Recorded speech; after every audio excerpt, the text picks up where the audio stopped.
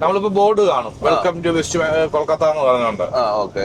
ആ ബോർഡ് കയറി ഒരു 2-3 കിലോമീറ്ററിനകത്ത് ആദ്യം ഫസ്റ്റില് റൗഡി ചെക്ക് പോസ്റ്റ് വരും, റൗഡി മാമൂല് വരും. ഇത് ഈ റൗഡി മാമൂൽ, റൗഡി ചെക്ക് പോസ്റ്റ് എന്ന് പറയുന്നത് നമുക്ക് ഈ റൗഡികൾ നടത്തുന്നതാണോ അതോ പോലീസ് നടത്തുന്നതാണോ? അവിടെ പോലീസ് അതിന്റെ അപ്പുറത്ത് വേറെ ഉണ്ട്. അപ്പൊ ഇത് റൗഡികൾക്ക് അത് കൊള്ളാം കേട്ടോ, റൗഡികൾക്ക് വേണ്ടിട്ട് ചെക്ക് പോസ്റ്റ്. അതെ അതെ, എന്ന് വെച്ചാ ചെക്ക് പോസ്റ്റ് ആയിട്ടല്ല, റൗഡികൾ റോഡിൽ നിൽക്കും, പൈസ ചോദിക്കും, പൈസ കൊടുക്കും. ഇതിന് നമ്മൾ റൗഡി മാമൂൽ എന്നാണ് പറയുന്നത്. അതിന് റൗഡി മാമൂൽ എന്നാണ് ഇവിടെ പറയുന്നത്. അല്ല, തമിഴ്നാട്ടുകാര് പറയുന്നത് ഇങ്ങനെയാണ്, റൗഡി മാമൂല് എന്ന് പറയും. എത്ര രൂപ കൊടുക്കും? അത് 100 രൂപ. 100 രൂപ.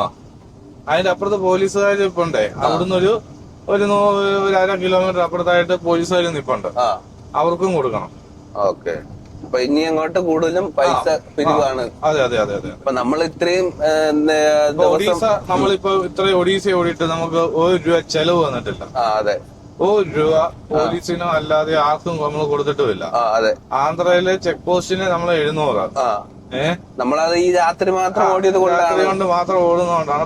സമയം ഏകദേശം 6:28 ആയപ്പോഴത്തേക്കും നമ്മൾ ഒഡീഷ ബാലസോർ എത്തി കേട്ടോ.